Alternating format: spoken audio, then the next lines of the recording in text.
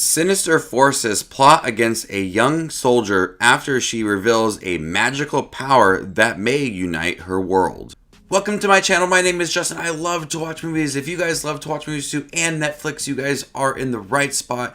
Make sure to hit that subscribe button down below and click that notification for more up and coming content. Question of the video: have you read the Shadow and Bone book series? Let me know in the comment section down below, and there you can find out my answer. Shadow and Bone is a new Netflix series. This is based on Leigh Bardugo's Grishaverse books, and I haven't seen a Netflix series be hyped up in a long time like this. I knew nothing about Shadow and Bone going into it. I didn't see any trailers. I hardly see any photos for it.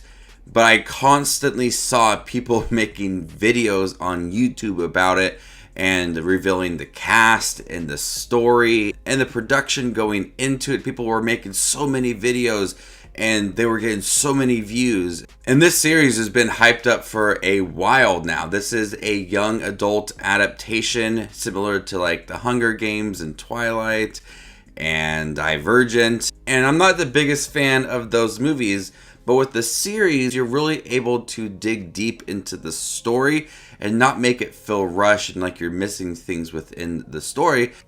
And I think it was a smart move to have Shadow and Bone be an 8-episode series because I really liked it. I loved exploring this world and all of the different countries and the different characters and how they were fleshed out and the fold and all the different things within here. I was really captivated by it all.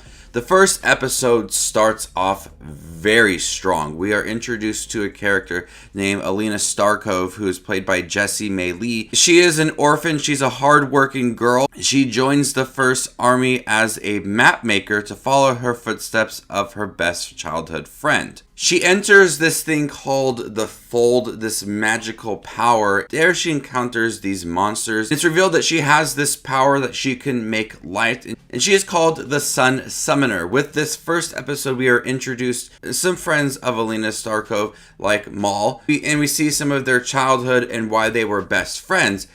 But I love the setup for this first episode because we don't know what the Fold is, if you haven't read the book.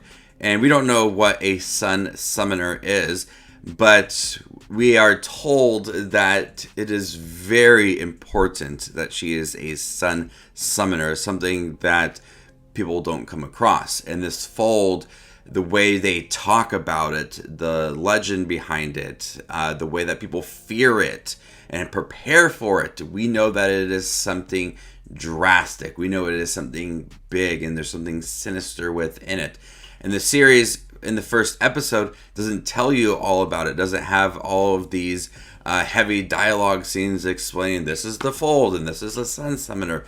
We are left to wondering what these are, and I love that with the first episode because it really grabs you and makes you want to watch the upcoming episodes to discover what a Sun Summoner is and what the Fold is. And we really don't understand exactly what the Fold is and how it came to be until like the 4th episode, and I thought that was a smart move because it always kept my interest. I'm always wondering, what is the Fold? What is in there? How do people get in and out of it? And then when we explained how it came to be, I found it to be even more interesting because of the way it was created. And the Sun Summoner, we always have this idea that she is going to be the one that's going to save the world. And she's not aware of her ability and her full potential. And so we see a kind of almost like the Hunger Games where they take Katniss out of her home and they bring her to the capital and they train her and they dress her all up. That's what kind of happens to Alina. She goes to live somewhere else to where she can train to destroy the Fold. She dresses fancy. She entertains for the Queen and King. Similar to the Hunger Games, I see a lot of similarities for this series with other young adult adaptations, but I like how it expanded on the story. So first episode worked really great. And then on, we got an introduction to a lot of smaller characters that play a big part in the story. Like I said, we were introduced to Mal, Alina's best friend and her first love. He's a tracker in the First Army. We also introduced to General Kirigan, who brings Alina into his home and he wants to train her to destroy the Fold. He is the leader of the Second Army. And he advocates and protects Grisha's, which is what Alina is with her powers. While this is all going on, there's other parts of the world that get word that there is a sun summoner, so people gather together to try to get Alina and utilize her abilities and get control of that. We're introduced to Kaz. He's part of Kerch's criminal underworld, but he has his gang, the Crows. They go on many heists throughout Ketterdam to try to get Alina.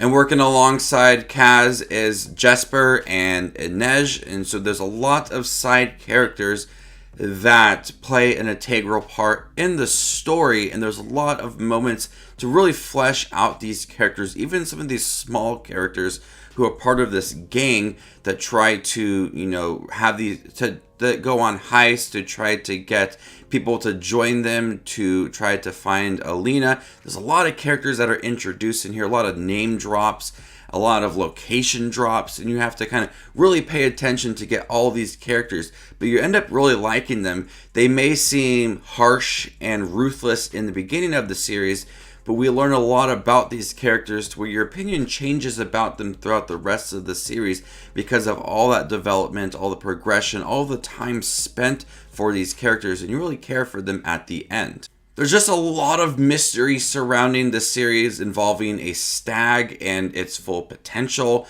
the fold, being a sun summoner.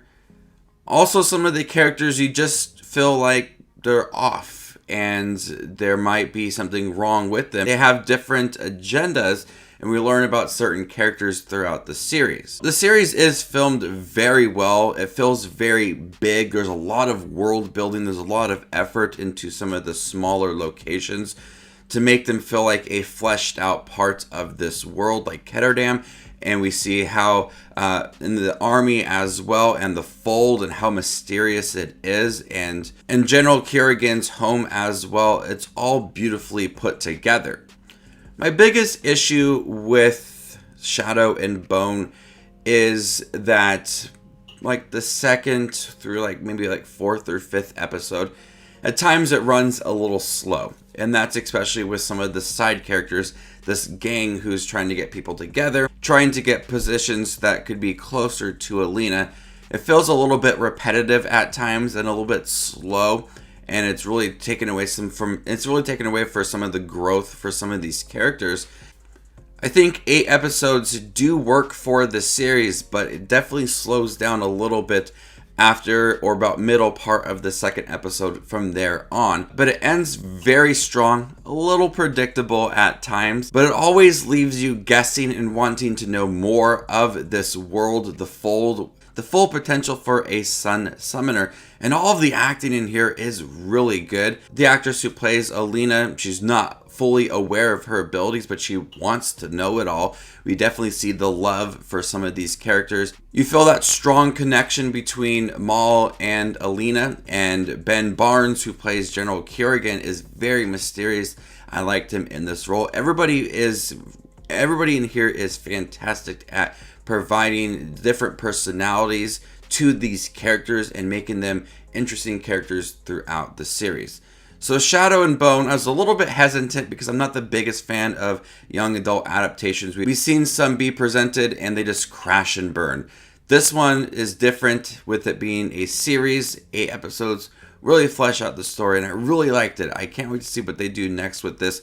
I know this is a hyped up series, so it's probably going to be in the top 10 on Netflix by the end of the weekend and be viewed a lot of times. I could see it being one of Netflix's biggest hits. So when Shadow and Bone does drop on Netflix, make sure to check it out. It is worth your time. I'm going to go ahead and give Shadow and Bone a B+.